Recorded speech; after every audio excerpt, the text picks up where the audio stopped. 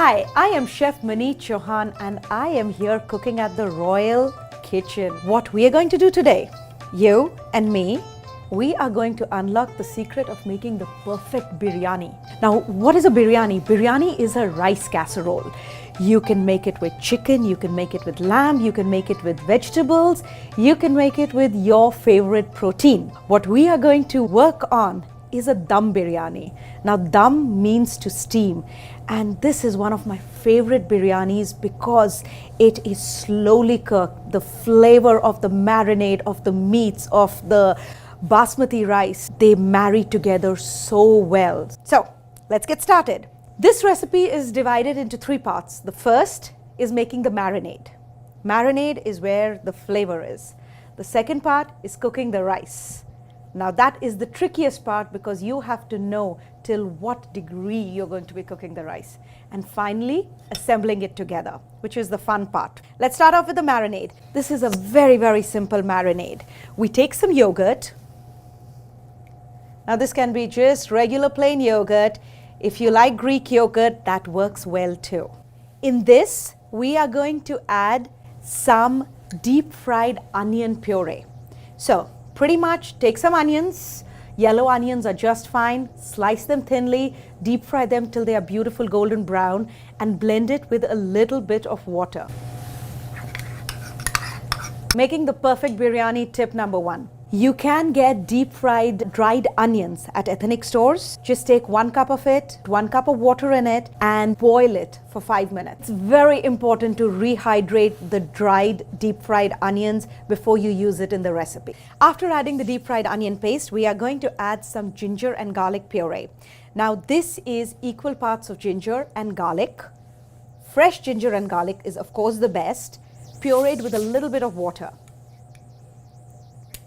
Then we start adding the spices. You get biryani masala in any of the ethnic stores, which is one of the easiest ways to make a biryani. You can put a little or a lot. One of my favorite herbs to use is fenugreek. Some fresh mint and cilantro, which has been roughly chopped. And of course, a little bit of salt.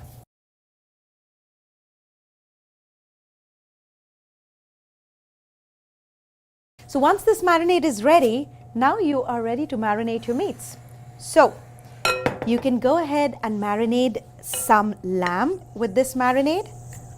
Making the perfect biryani tip number 2. In lamb, if you go ahead and put some raw papaya which has been pureed, it's going to make the lamb so much more tender and it's almost got the melt in your mouth texture. So now we have the marinade in. Nicely go ahead and massage the marinade in the meat. So this is your lamb which is marinated. Similarly, we are going to take the chicken pieces and marinate it in this delicious marinade. I would strongly recommend leaving the meats in the marinade overnight. This way you would get amazing flavor. So, we already have a pre-marinated batch ready to go. So, come on, let's sear it off. Okay, now tip number 3 to making a perfect biryani is to sear off the chicken in either clarified butter or ghee or coconut oil. It gives so much more flavor to the end result. So you take ghee.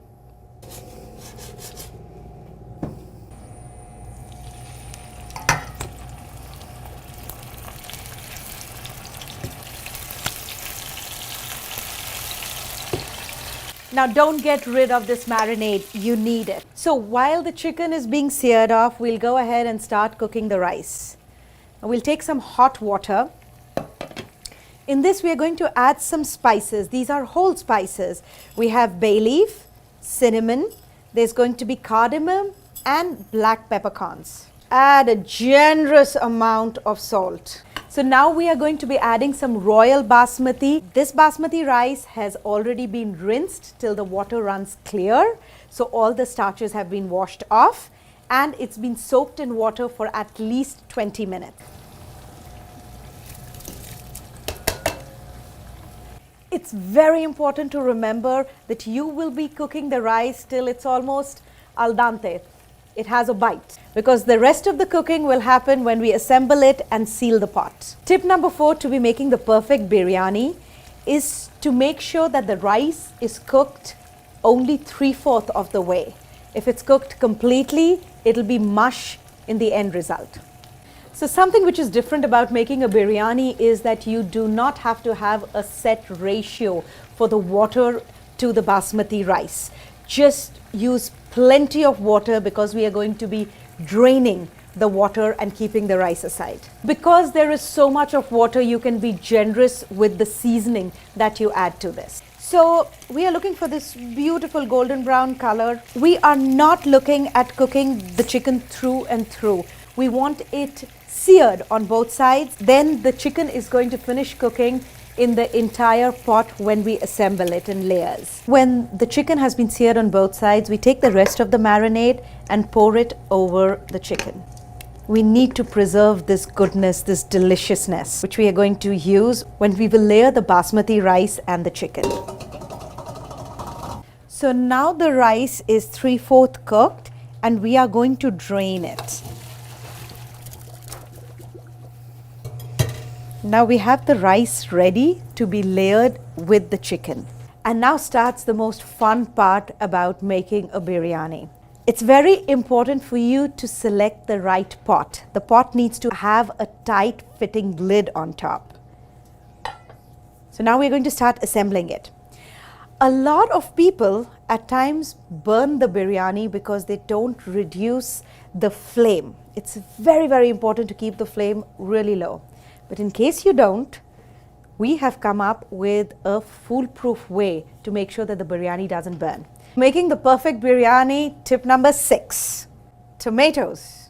So what you do is you line the base of your pot with tomatoes so that your biryani doesn't burn when you cook it through and through. So we go ahead and line the base with tomatoes.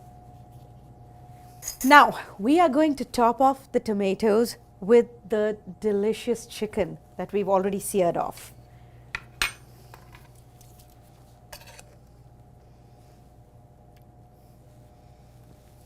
Remember, the chicken isn't completely cooked. It'll slowly cook as we finish assembling it and continue cooking this. The reason why we are not fully cooking it is because nobody likes a dry piece of chicken, right? So you have to just sear it on both sides. Now, the delicious marinade that we saved, it goes right on top. So this is layer number 2. The next layer is going to be the basmati rice. Now, I have personally been using royal basmati rice for ever. And I have seen that in biryanis, the best product is the Royal Chef Secret basmati rice. It just makes the biryani so luscious and so delicious. We're going to go ahead and layer the 3/4 cooked rice.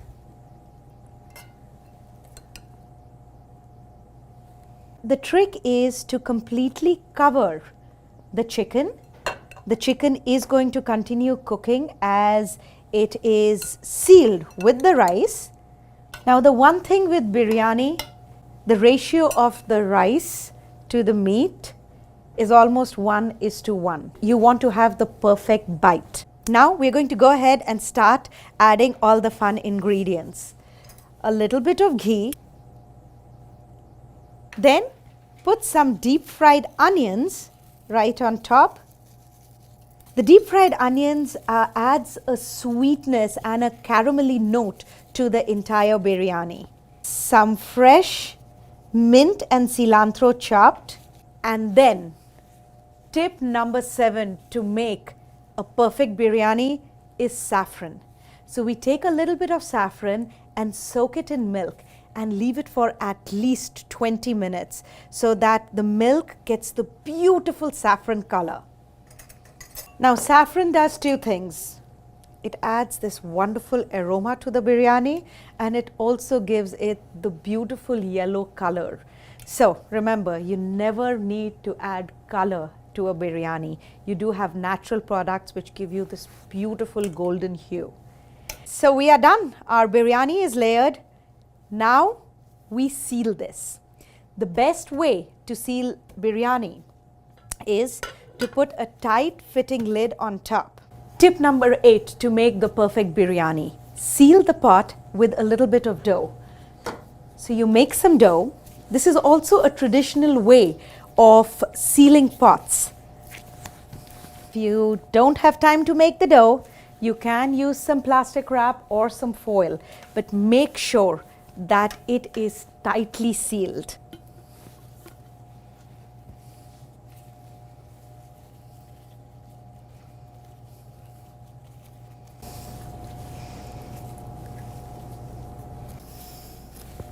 Okay, so now that our biryani pot is completely sealed, we will continue cooking it.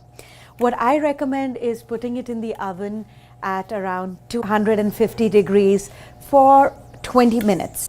So, tip number 9, if you do not have access to the oven, you can cook the biryani pot on the stove top. I would suggest putting a griddle plate under it so that there is an added layer between the heat and the pot. On a really, really low flame, let it cook for at least 20 to 30 minutes. So there you have it. This is one of the simplest ways to make a biryani so flavorful. So now all we are going to do is wait for the biryani to cook, and let's see and taste how the end product is. Now is the time for the big reveal. So we go ahead and cut this dough slightly and then pretty much peel it out. So are you ready? See what we have. Oh my God, how gorgeous is this? So here we have it, the perfect biryani. This is Maneet Chauhan signing off from the Royal Kitchen.